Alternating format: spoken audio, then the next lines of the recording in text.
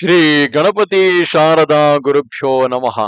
ಕೂಜಂತಂ ರಾಮೇತಿ ಮಧುರಂ ಮಧುರಾಕ್ಷರಂ ಆರುಹ್ಯ ಕವಿತಾ ಶಾಖಂ ವಂದೇ ವಾಲ್ಮೀಕಿ ಕೋಕಿಲಂ. ಶ್ರೋತೃಗಳಿಗೆ ಶ್ರೀ ಚಾಮರಾಜೋಕ್ತಿ ವಿಲಾಸವೆಂಬ ಕನ್ನಡ ರಾಮಾಯಣದ ಸುಂದರ ಕಾಂಡದಲ್ಲಿ ರಾವಣನ ಅಂತಃಪುರದ ವರ್ಣನೆ ಎಂಬ 9ನೆಯ ಅಧ್ಯಾಯಕ್ಕೆ ಸ್ವಾಗತ. ಹನುಮಂತನು 6 ಗಾವುದ ವಿಸ್ತಾರವುಳ್ಳದ್ದಾಗಿ ದಿವ್ಯವಾದ ಅನೇಕ ಉಪ್ಪರಿಕೆಗಳುಳ್ಳ ರಾವಣಾಸುರನ ಅರಮನೆಯನ್ನು ಹೊಕ್ಕು ಸೀತಾದೇವಿಯನ್ನು ಹುಡುಕಿ ಎಲ್ಲಿಯೂ ಕಾಣದೆ ರಾವಣಾಸುರನಿದ್ದ ಶಯ್ಯಾಗ್ರಹವನ್ನು ಹೊಕ್ಕನು.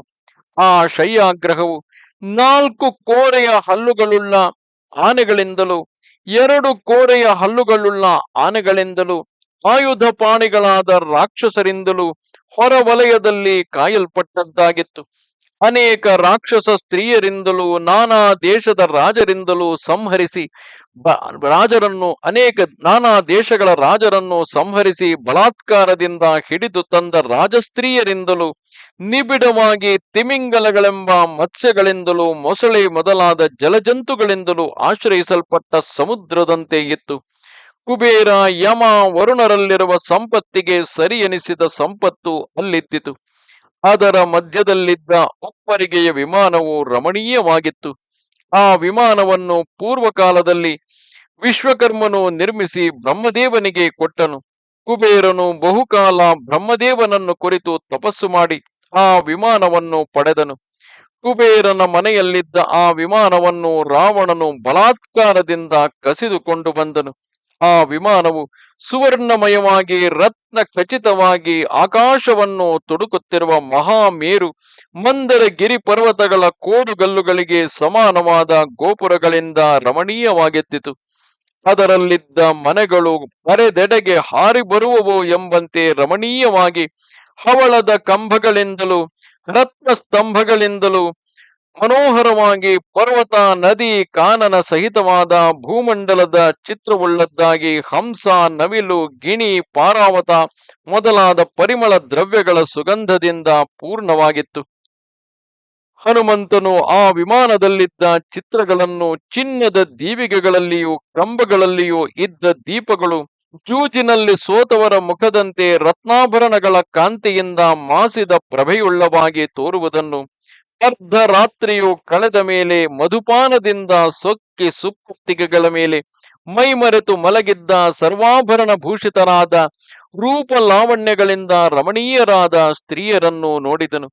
ಆ ಶಯ್ಯಾಗ್ರಹದಲ್ಲಿ ಮಲಗಿದ್ದ ಸ್ತ್ರೀಯರ ಮುಖಗಳು ಮುಚ್ಚಿದ ದಂತಪಂಕ್ತಿಗಳಿಂದಲೂ ಕಣ್ಣೆವೆಗಳಿಂದಲೂ ಯುಕ್ತವಾದ್ದರಿಂದ ಆ ಅಂತಃಪುರವು ರಾತ್ರಿಯಲ್ಲಿ ಮುಚ್ಚಿದ ಕಮಲಗಳಿರುವ ಸರೋವರದಂತೆ ಕಾಣಿಸುತ್ತಿದ್ದಿತು.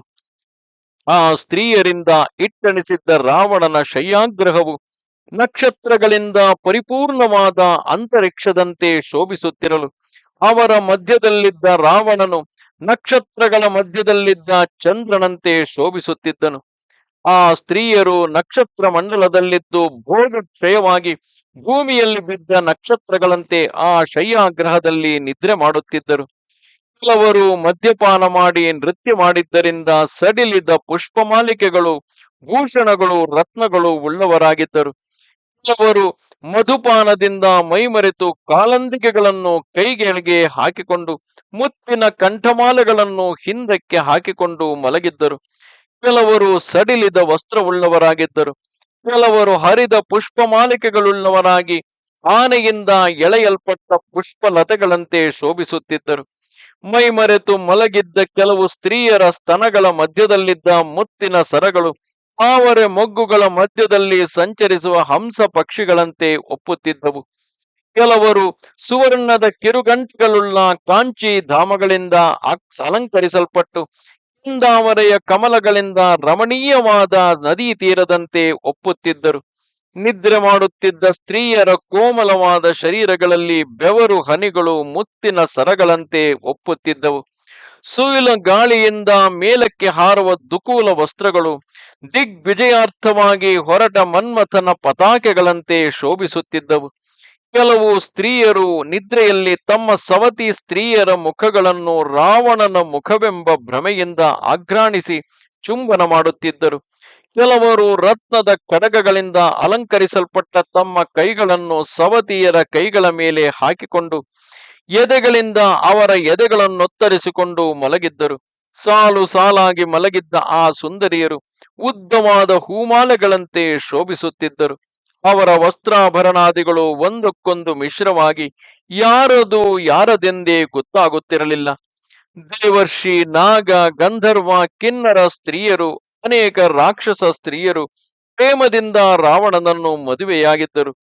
ರಾವಣನು ತಂದ ಸ್ತ್ರೀಯರಲ್ಲಿ ಸೀತಾದೇವಿಯೊಬ್ಬಳನ್ನು ಬಿಟ್ಟು ರಾವಣನಲ್ಲಿ ಪ್ರೀತಿ ಇಲ್ಲದವಳು ಒಬ್ಬಳು ಇರಲಿಲ್ಲ. ಒಬ್ಬಳಾದರೂ ಹೀನ ಜಾತಿಯವಳಿಲ್ಲ, ರೂಪಹೀನಳಿಲ್ಲ, ಪ್ರೌಢೆಯಲ್ಲದವಳಿಲ್ಲ, ವಿನಯಾದಿ ಗುಣವಿಲ್ಲದವಳಿಲ್ಲ. ಅವರೆಲ್ಲರನ್ನೂ ನೋಡಿ ಹನುಮಂತನು ತನ್ನ ಮನಸ್ಸಿನಲ್ಲಿ, ಸೀತಾದೇವಿಯು ಈ ಸ್ತ್ರೀಯರ ಹಾಗೆ ಬೇಗನೆ ನನಗೆ ಗೋಚರಿಸಿದರೆ ಶ್ರೀರಾಮನಿಗೆ ಕ್ಷೇಮವಾಗುವುದು. ಸೀತಾದೇವಿಯು ಪತಿವ್ರತ ಶಿರೋಮಣಿ, ರಾವಣನ ಮಾಯೆಯಿಂದ ಬಂಧನಕ್ಕೆ ಒಳಗಾದಳು. ಆಕೆಯು ಇನ್ನೆಲ್ಲಿದ್ದಾಳೋ ತಿಳಿಯಲಿಲ್ಲ ಎಂದು ಚಿಂತಿಸುತ್ತಿದ್ದನು. ನಮಸ್ತೆ ಶಾರದೆ ದೇವಿ, ಕಾಶ್ಮೀರ ಪುರವಾಸಿನಿ, ತ್ವಾಮಹಂ ಪ್ರಾರ್ಥಯೇ ನಿತ್ಯಂ, ವಿದ್ಯಾದಾನಂಚ ದೇಹಿಮೆ. ನಮಸ್ಕಾರ.